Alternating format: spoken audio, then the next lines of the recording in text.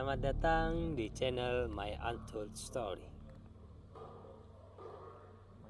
Kali ini saya akan menceritakan kisah dari teman saya dari negeri seberang. Dia tidak mau disebutkan di mana bagian negerinya, jadi saya rahasiakan. Sebut saja namanya Romis. Jadi kisah ini, pada saat itu dia bermain basket malam hari dan dia bertemu dengan sosok pocong. Bagaimana kisahnya? Ya, sebelum saya ceritakan kisahnya, bagi kalian yang menyukai channel My Untold Story, bisa kalian like, share, dan subscribe. Bagi kalian teman-teman yang ingin membagikan kisah seram kalian, bisa kalian email. Emailnya tertera di deskripsi. Baiklah, sekarang saya akan menceritakan bagaimana. Jadi si Romis ini menceritakan kepada saya, pada saat itu rumah dia ini, bisa kalian bayangkan, ini rumah. Di belakang rumah tersebut adalah hutan. Hutan juga tidak terlalu luas, cuma pohonnya banyak dan lebat. Di pinggir sebelah kanan ada sedikit lapangan kecil yang biasanya digunakan untuk bermain basket, dan di depannya itu ada garasi. Jadi mereka menempelkan ring basketnya di atas garasi. Jadi ceritanya, mereka telah sering bermain basket bersama saudara-saudaranya. Sebut saja saudara Romis bernama Boim dan Arif. Yakni Boim, Arif, dan Romis selalu bermain basket pada malam hari. Pada saat itu lagi seru-serunya, hingga bola mereka ini terlempar jauh ke dalam hutan. Anehnya bola ini sangat pelan, tapi dia bergelinding terus-menerus sampai ke bagian belakang rumah. Pada saat itu si Romis dan si Arif menyuruh Boim untuk mengambil bolanya. Boim, ambil tuh bola, kan kamu tadi yang melemparnya. Ayo cepat-cepat, lagi panas nih. Pada saat itu waktu menunjukkan pukul 10 malam, tapi mereka tetap bermain. Dan si Boim pun mengatakan, "Alah, kenapa aku? Baiklah, akan aku ambil." Setelah itu si Boim pun mengambil bola tersebut.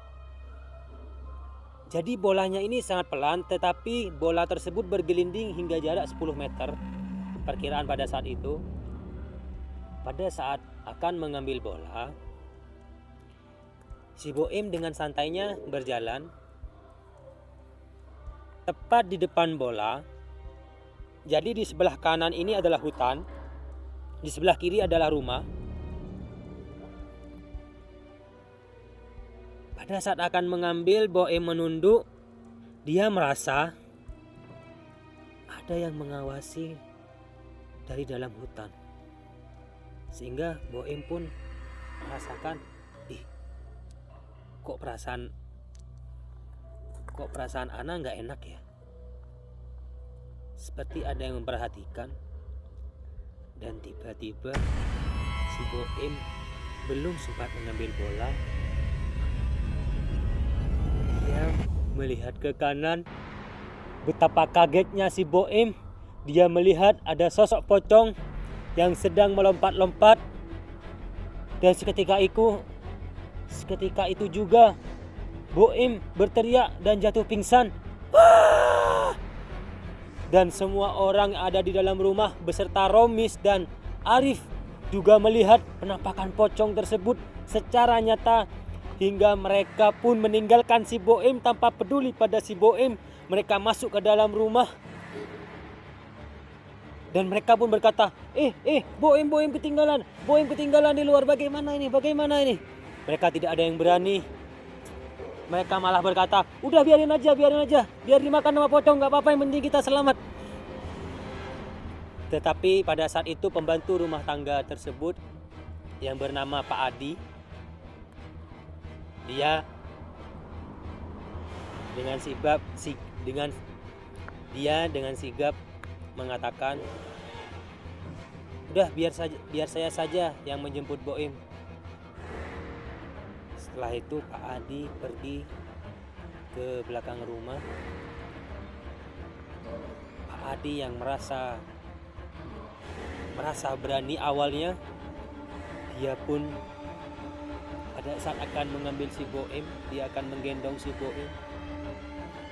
Pak Adi pun melihat pocong juga. Kemudian Pak Adi segera mengangkat Boim dan dia berlari ke dalam rumah juga dengan nafas kos-ngosan. Dan seluruh orang di rumahnya bertanya, Pak Adi, apakah ada pocongnya tadi? Apakah ada pocongnya? Pak Adi pun mencoba memasang wajah yang tegar agar tidak dikatakan penakut. Dia berkata kepada orang seisi rumahnya, tidak ada. Tetapi orang-orang rumahnya pun melihat ke celana Pak Adi telah basah mengompol. Dan itulah salah satu kejadian lucu yang terjadi.